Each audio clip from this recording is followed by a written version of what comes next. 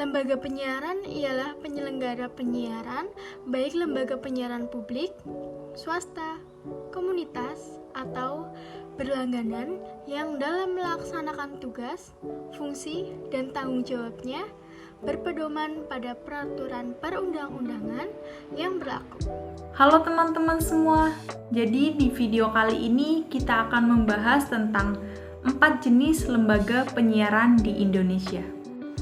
Baik, di sini saya akan sedikit menjelaskan tentang lembaga penyiaran publik. Lembaga penyiaran publik merupakan lembaga penyiaran yang didirikan oleh negara dan merupakan lembaga yang berbentuk badan hukum. Bersifat netral, independen, dan tidak komersial. Lembaga ini memiliki fungsi untuk memberikan pelayanan untuk kepentingan masyarakat Indonesia. Contoh lembaga penyiaran publik di Indonesia adalah RRI dan TVRI. Lembaga penyiaran swasta atau LPS adalah istilah untuk penyiar di Indonesia, baik komersial maupun non-komersial.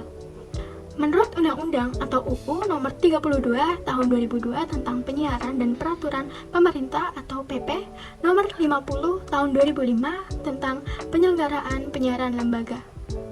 Penyiaran swasta atau LPS adalah lembaga penyiaran yang berbentuk Badan Hukum Indonesia yang bidang usahanya khusus menyelenggarakan siaran radio atau siaran televisi.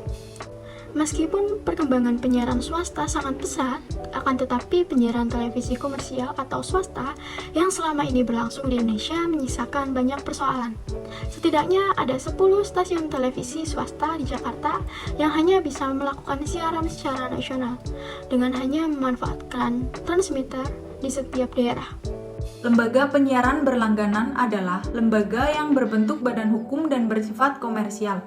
Umumnya bidang usaha ini menyelenggarakan jasa penyiaran yang berlangganan saja dan harus memiliki izin dari penyelenggaraan penyiaran berlangganan terlebih dahulu. Kegiatan-kegiatan tersebut umumnya dilakukan oleh lembaga penyiaran berlangganan yang berbentuk badan hukum seperti perseroan terbatas yang badan usahanya hanya menyelenggarakan jasa penyiaran berlangganan. Contoh lembaga penyiaran di Indonesia seperti PT First Media, PT MNC Vision Network, dan lain-lain. Lembaga penyiaran komunitas.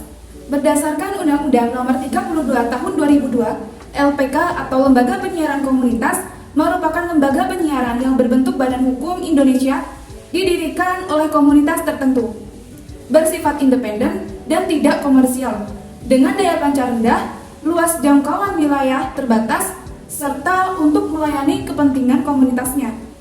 LPK diselenggarakan untuk mendidik, memajukan masyarakat dalam mencapai kesejahteraan dengan melaksanakan program acara yang meliputi budaya, pendidikan, dan informasi yang menggambarkan identitas bangsa. LPK dilarang melakukan siaran iklan dan atau siaran komersial lainnya, kecuali iklan layanan masyarakat.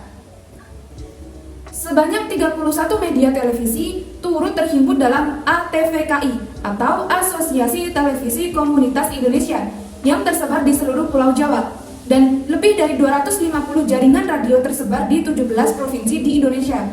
Hal ini mengindikasikan keberadaan LPK yang sudah berada dekat dengan masyarakat di wilayahnya masing-masing.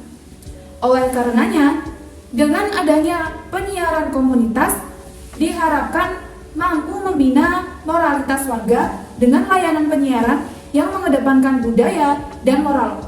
Misalnya, menyiarkan siraman rohani, penyuluhan seks, pendidikan agama, dan lain sebagainya. Pola konsumsi masyarakat Indonesia terkait lembaga penyiaran mengalami perubahan yang cukup drastis, yang berawal dari pola konvensional, kemudian bergeser ke pola konsumsi media baru. Tradisi interaksi informasi di dunia digital yang tak terbatas atau borderless, serba cepat, multi-platform, dan bersifat interaktif membuat kebiasaan mengkonsumsi media massa juga jauh berubah. Namun, meski masyarakat sudah banyak beralih ke media digital atau media massa, ternyata belum semuanya dapat merasakan perubahan tersebut. Penyiaran di perbatasan banyak ditemukan permasalahan, seperti banyak daerah perbatasan yang belum menerima siaran atau blind spot. Masyarakat di kawasan perbatasan banyak menerima limpahan siaran dari negara tetangga atau spillover. Rendahnya minat pengusaha penyiaran mendirikan lembaga penyiaran di kawasan perbatasan, sumber daya manusia yang kurang mendukung, dan kebijakan terkait penyiaran yang belum efektif. Hal ini menumbuhkan permasalahan-permasalahan baru. Tentu, hal ini harus menjadi perhatian bagi pemerintah maupun Kominfo.